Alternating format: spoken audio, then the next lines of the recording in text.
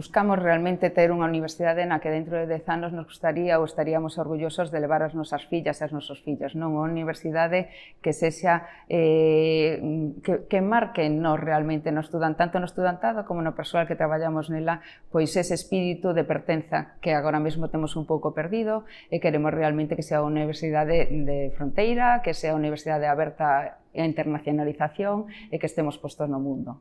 Entre os programas que temos aí as dúas hai moitas diferencias, tamén é diferente os equipos. O meu equipo é un equipo ben coherente, moi legitimado, representa un pouco a pluralidade da universidade, dende logo non ten un marcado cariz político, non? Como si nos quere endorsar, e precisamente non lo quere endorsar alguén que leva un marcado cariz aspecto político, non?